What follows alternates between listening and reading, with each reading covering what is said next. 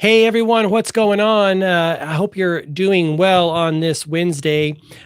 Brief topic here, only maybe about 30 minutes or so. I'm going to share with you my thoughts on a video I watched the other day doing some deep dive into the Vietnam War and the Korean War, trying to, again, uh, draw connections and correlations and see how these things tie in. And I want to share with you my thoughts and takeaway of this 30-minute video on the Vietnam War and what was happening there. And my first overall uh, idea that I want to share with you, the too long didn't read version, is it's very sad that Americans and humanity, we're not alone, has to in many cases relearn the same lessons that prior generations had to relearn. And the only thing I can think is that, not putting blame, but I'm just trying to find a reason why we have to keep relearning these same lessons. And the lessons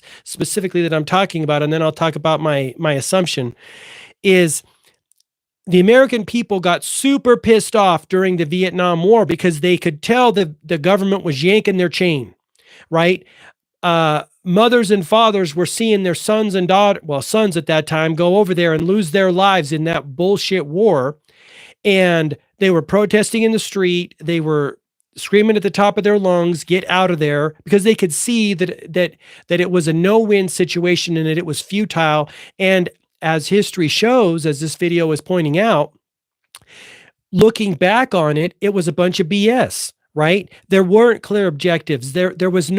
Many people believe there was really no way to win it, and they didn't want to try to win it. And that then ties in with what Julian Assange says about these wars, is they're not about winning, right? It's about washing tax dollars from the American people into the hands of the military-industrial complex.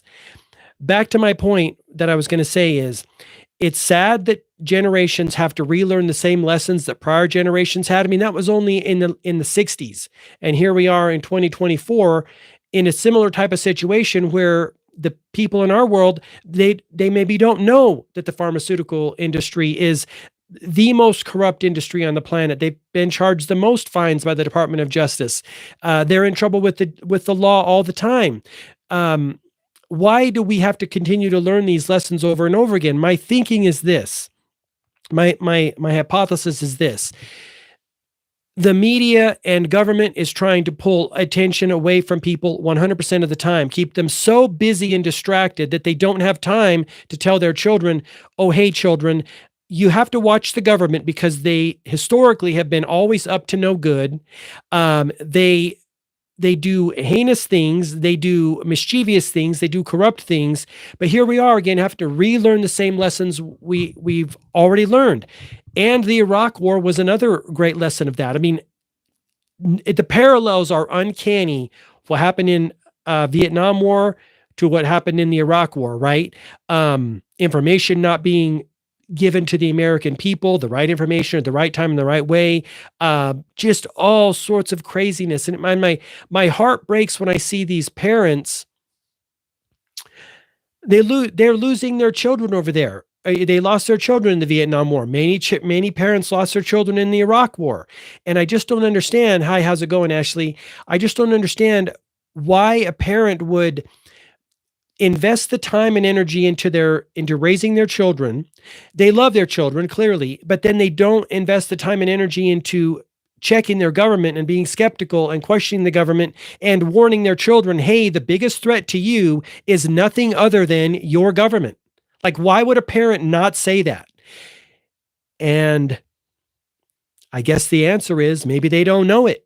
Maybe they don't believe it. Again, why are we having to relearn all these lessons that prior generations have learned all the time? I'm about ready to share a post on my social media at GMarkPhillips. If you're not following me there, feel free to do so. I share different types of information there, specifically on Instagram. I'm about ready to share a post where I'm going to say, you'd think it would be easier to convince people to be ultra skeptical of their government, given the fact that governments have committed heinous crimes against their own citizens time and time again throughout history in every single country. Like, you would not believe it would be so difficult to convince people, keep an eye on them, watch them like a hawk, question everything. Yet here we are. 2024, and the same bullshit is still going on. It's mind-boggling. That was my biggest takeaway from that short documentary on Vietnam that I watched, and I'll probably watch some more and dive into the Korean War and just to see what the common correlation is. But it is, like Julian Assange said, it's very similar. Those wars, they buy a lot of bombs. The government spends a lot of money, again, to the military industrial complex, defense contractors, and they're spending a lot of lives of Americans, and then nothing is accomplished. Like nothing was accomplished in Vietnam. Nothing was accomplished in Afghanistan, right? 20 years in Afghanistan, thousands of lives. What is it? 2,000, 3,000? I should know this, but thousands of lives of American servicemen. We don't know how many lives of the people in those countries in Afghanistan that they lost. I mean, they do know. They also know how many in Vietnam. Loss of lives, loss of money for nothing. And then people think that Julian Assange is like a conspiracy theorist person. He called it as it is. He said these wars aren't about winning. They're about washing dollars from the American people into the hands of defense contractors, i.e. the military-industrial complex. And I, for one, I'm over it. I don't understand why parents, especially if they have children that could be potentially called up to the military, why they wouldn't be raising the biggest stink. It's mind-boggling to me. I think about those parents who lost children in the Vietnam War. I can't even imagine it. And the machine, the government media corporation machine, just keeps on moving. It doesn't give a shit. Oh, you lost your children? Oh, it doesn't. We don't care about that. We made billions of dollars for the media industrial complex. Thank you, Dwayne. Yeah, I'm just saying. It's sad that we have to do this over and over again. There's no reason for it. This is why it's so important to do research, think for ourselves, be critical thinking, ask questions. There's no reason why everyone in America shouldn't assume that their government is lying to them, whatever they say, and then maybe find a reason that they're not, right? Then back it up. That's how I roll, because I know history. I know them. Once you figure out how they do one thing, it's how they do everything. And if you apply the principle of falsus unus, falsus optimus, it becomes very clear. If they're lying in one area, they're lying in another area. If they're corrupt in one area, they're corrupt in another area. And it sucks to say that. I don't want to sit here and rag on my federal government all the time, every day. But I'm not going to stand by when they're committing crimes against humanity and horrible atrocities to the American people and also the people in the planet, all over the planet Earth. That's a no-go. That is a no-go. And yet, so many people don't take the time to look into it, even though it's the most impactful thing that they can do, have the biggest impact on their life, right? Again, too many people are distracted and, bright, shiny objects, whatever the newest thing in the media or Netflix or social media or whatever else. That's why I think they're creating so many of these shows, all the series, all the different shows on the Netflix, the Hulu, the Amazon Prime. They want to keep people distracted, because when you're distracted, you're never going to ask questions. We're entertained. This is the whole idea behind bread and circuses. That's what I wanted to share with you. My take on that Vietnam video.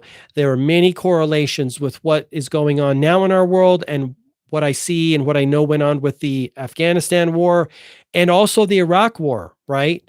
Thanks, Jawad. I hope I'm saying that right. I appreciate you guys for watching. This was just a short one. I wanted to, share my 2 cents there. If you want to go, learn some more things about it yourself, feel free to go check out these videos about Vietnam, and some of the other wars that are going on. But it's sad. It's sad that the government is able to manipulate so many people so effectively. And only on the back end, after they've done it, does that generation wake up. And then they're like, I'll tell you what I think about Palestine. I think it's a whole bunch of BS over there. I have serious questions about Palestine. And you can check that out on my posts at G. Mark Phillips. Again, after doing more research, I think I have. If I was an Israeli, I'd be more questioning why the defense system, why they're Iron Dome and the defense system broke down on October 7th, I have serious questions about Israel. And as I do more research, knowing how the Rothschilds were basically the founding fathers of Israel, and the Rothschilds are the central banking, basically they're one of the richest, if not the richest families on the planet. I don't trust anything they do. I know what they are. I know who they are. And from my research, what I find is that Israel is a private army and a private country for the Rothschilds. It's strategic, and it's a win-win-win for the Rothschilds, for Great Britain, and for the United States, in order to have a footprint in that area to control resources and businesses. And it's super sketch. And my heart breaks for those people in Gaza. As I look there, it does appear to be an open-air prison. It does appear to be a bunch of bullshit. I'm not down with it at all. I will say this, and thank you for asking, because it's an important topic. Tensions are high because so many people are super let me find the right word, super sensitive to it. I mean, you got the Christian factor coming in here, and they believe, many Christians believe, oh, whatever Israel does is okay by me. And I'm like, no, I'm not down with that at all. I have serious questions about what's going on there. And like I said, I've shared some things on my social media, and people get PO'd. Right. It's a sensitive topic, right? And I'm just a person who asks questions and shares information and knowledge. I want people to make up their own mind. I have serious questions about what's going on over there. So thank you for asking that. And my heart breaks for the people in Gaza. I mean, I'm not negating that it's a problem, but the problem really appears to be, the root of the problem happened in 1947 with the Nakba and the Great Catastrophe, that as many rabbis speak clearly about, they say, hey, the Nakba was as much a catastrophe for for Jewish people as it was for Palestinians. And also, let me throw this in there, and you may also know about this, Jawad, Albert Pike's letter to Mazzini from 1871. That's a wild read too. And it's my feeling that these, he's not wearing shoes. Obviously, I don't know if you're referring to me as an anti-Semite, which I am not. I'm a person simply asking questions. Maybe I'm misreading your comment. Back to Albert Pike's letter to Mazzini, they talk about the 3 world wars, and it is eerily ominous. What's going on over there really seems to align with that letter. And if you know what the New World Order wants to try to do, and what these globalists want to try to do, all they want is tension and chaos and disorder, because when we're fighting one another, they're coming in and reaping all the spoils and cleaning up afterwards. And it's super sketch. And I hope a lot more people wake up to what's going on over there and start asking questions and really looking into it. I don't trust anything our government does, and I don't trust anything that the people that are in bed with our government do at all, in any way, shape, or form. So thanks for the question. All right. I appreciate you guys. Thanks so much for tuning in. Leave me a thumbs up if you like this live stream, and I will talk to you in the next one. All the best, health, wealth, and success to you. Thanks so much.